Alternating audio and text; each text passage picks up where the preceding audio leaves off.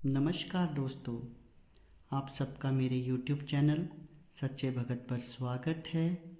और दोस्तों, आज का विषय जिसके ऊपर हम चर्चा करेंगे वो ये है कि वो कौन से संकेत होते हैं जिससे हमें पता चलता है कि हम भगत बन चुके हैं, हमें ईश्वरीय कृपा जो है वो प्राप्त हो चुकी है। तो इसके बारे में आज हम चर्चा करेंगे।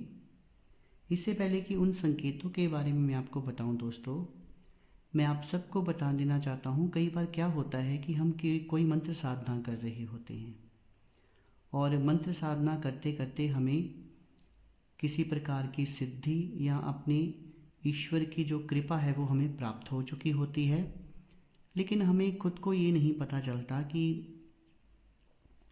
मेरे को उस इष्ट की सिद्धि प्राप्त हुई है या नहीं हुई है। क्योंकि बहुत बार मैं आपको ये बता चुका हूँ कि ईश्वर जो है वो बहुत बिरले साधकों को प्रत्यक्ष दर्शन देते हैं। वो अप्रत्यक्ष रूप से ही किसी व्यक्ति, किसी जातक के साथ रहते हैं, चाहे वो उनका कितना भी बड़ा भक्त क्यों ना हो। इस जगत में बहुत बिरले साधक रहे हैं जो प्रत्यक्ष रूप से अपने भक्तों के साथ रहे हैं। तो हमें होता क्या है कि ईश्वर की सिद्धि प्राप्त होती है, अपने इष्ट की सिद्धि प्राप्त होती है, लेकिन हमें पता नहीं चलता। तो वो कौन से संकेत हैं जिससे हमें पता चलता है कि हमें अपने इष्ट की सिद्धि प्राप्त हो गई है, उनके बारे में आज मैं आपको बताऊंगा। सबसे पहले तो मेरा निवेदन है कि जो भी मेरी इस वीडियो को पहली बार देख रही हैं या फिर मेरे चैनल पर पहली बार आए हैं, वो मेरी इस वीडियो को एक लाइक कर दें, चैनल को सब्सक्राइब कर दें और बेल आइकन को भी प्रेस कर दें, ताकि आगे जो मेरी वीडियोस आएंगी उनका नोटिफिकेशन उन तक पहुंचता रहे और उनका ज्ञान जो है वो अध्यात्म के बारे में बढ़ता रहे। तो चलिए शुरू करते हैं। दोस्तों, सबसे पहले तो जो व्यक्ति है, जो भगत बन चुका होता है, जिस पे अपने इष्ट की असीम कृपा होती है, वो व्यक्ति जो है उसमें क्रोध नहीं रहता, अहंकार नाम की चीज़ नहीं रहती है। और उस व्यक्ति का जो बुद्धि होती है उसका विकास बहुत अधिक हो जाता है।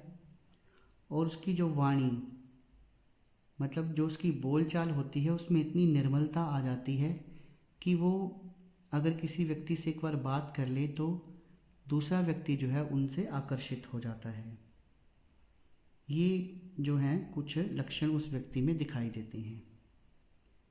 एक अगला लक्षण जो मैं आपको बताने जा रहा हूँ वो ये है कि उसे अपनी आत्मा का ज्ञान, यानी कि आत्म ज्ञान उसे जो है वो प्राप्त हो जाता है। क्योंकि दोस्तों, जब वो मंत्र जाप करता है, उसे कोई सिद्धि प्राप्त होती है, तो जो भी उसमें परिवर्तन आता है वो उसके अंदर ही अंदर आता है। बाहरी जगत में उसका कोई परिवर्तन नहीं होता। उस जो परिवर्तन आता है उसके शरीर के अंदर ही आता है।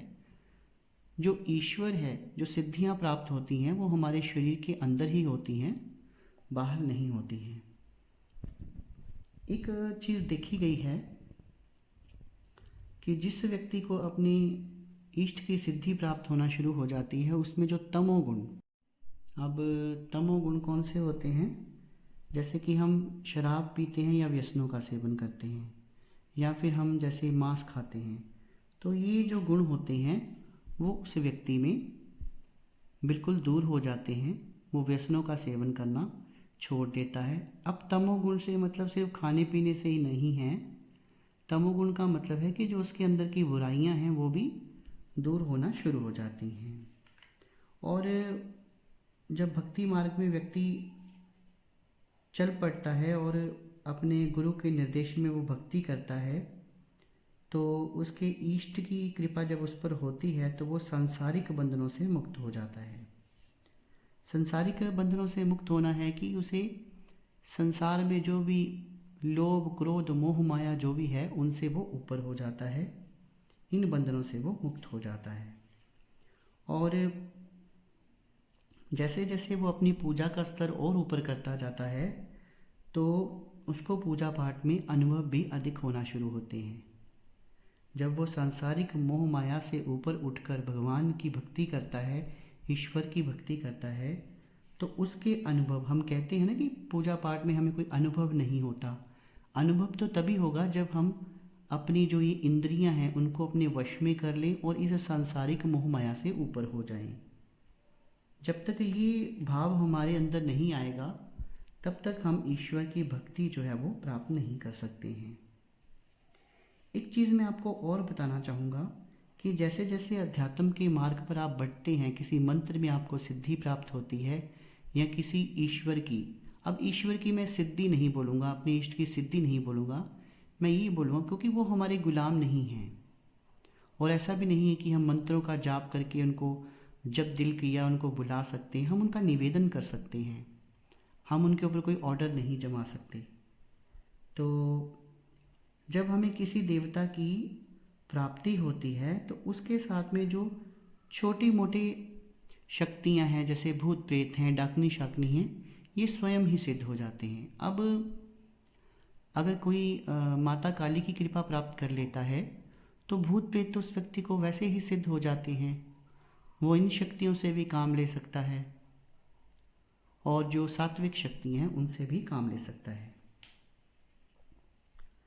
एक बात और मैं आपको बताना चाहूँगा कि जो व्यक्ति भगत बन जाता है उस व्यक्ति में एक ये बड़ा परिवर्तन देखा गया है कि उसके मन में जो बात आ गई या फिर उसके जुबान पे जो बात आ गई तो वो होना ही होना होता है। मान लीजिए वो अगर दिल से किसी के लिए दुआ करते हैं अपने इष्ट के आगे तो वो भी पूरी हो जाती है, और क्रोध में आकर अगर श्राप देते हैं तो वो बात भी जो है वो सिद्ध होती है, क्योंकि जो उनके इष्ट हैं वो अपने भगत को नीचा नहीं देख सकते, क्योंकि जो भक्ति है वो ईश्वर से भी ऊपर मानी गई है, तो वो अपने भगत को नीचा नहीं देख सकते, इसलिए उनके द्वारा कही गई बातें जो हैं वो सिद्ध होने लगती हैं। एक बात और होती है कि हम जैसे कोई भी पूजा पाठ करते हैं या कोई भी सिद्धि करते हैं तो हम पहले कोई कवच लगाते हैं। तो जब हमें अपने इष्ट की कृपा प्राप्त होती है, उनकी सिद्धि प्राप्त होती है, तो फिर हमें जो कवच वाले मंत्र हैं उनको लगाने की ज़रूरत नहीं होती। हमारा ऑरा इतना ज़्यादा स्ट्रांग हो जाता है कि हमारे इष्ट ही हमारी रक्षा जो है वो करते हैं। एक चीज़ और भी देखी गई है कि मान लीजिए कहीं पर भी आपके इष्ट का कोई भजन लगा हुआ है, कोई गाना लगा हुआ है या भजन कीर्तन किया जा रहा है या माँ का जागरण किया जा रहा है भगवती का, तो जिस व्यक्ति में भगवती होगी तो उसको जागरण में तरंगे आना शुरू हो जाती हैं, बहुत ज़्यादा तरंगे उसके शरीर में जो है वो उठना शुरू हो जाती हैं। तो ये भी इस चीज़ का संकेत है कि आपको अपने इष्ट की जो है वो कृपा प्राप्त हो चुकी है। अगला संकेत जो मैं आपको बताऊंगा कि जो व्यक्ति तंत्र साधना में कोई सिद्धि प्राप्त कर लेता है तो उसका अपनी तो भलाई होती होती है, साथ में परिवार के अन्य सदस्यों की भलाई भी होती होती है, तो उनकी आध्यात्मिक उन्नति भी साथ में होती है। एक संकेत देखा गया है कि जो भगत होता है वो थोड़ा सा परेशान रहता है या फिर उसके शरीर के सभी अंगों में दर्द रहती है कभी कभी, या फिर वो कभी कभी थोड़ा परेशान सा दिखता है। तो ये कोई नकारात्मकता नहीं है, ये उसकी कुंडलिनी शक्ति, जो कुंडलिनी शक्ति है वो जागृत हो जाती है, उसके कारण उसके बदन में दर्द रह सकता है, उसके जो माथा है उसके ऊपर खिंचाव हो सकता है आज्ञा चक्र के ऊपर। तो ये एक बहुत ही कॉमन लक्षण है, इससे हमें घबराने की ज़रूरत नहीं है। तो मित्रों, आज मैंने आपको जो लक्षण बताए या कुछ संकेत बताए, अगर आपको ये संकेत अपने आप में दिखाई देते हैं तो आप ये समझ सकते हैं कि आपको अपने इष्ट की जो भक्ति है, सिद्धि है, प्राप्त हो गई है और आप एक भगत बन चुके हैं। आशा करता हूँ जो मैंने जानकारी दी आपको अच्छी लगी। अगर जानकारी अच्छी लगी हो तो वीडियो को एक लाइक कर दीजिए, ज़्यादा से ज़्यादा इसको शेयर कर दीजिए ताकि इन संकेतों के बारे में अधिक से अधिक भक्तों को पता लग सके। वीडियो को देखने के लिए आपका बहुत बहुत धन्यवाद। शुभ रात्रि मित्रों।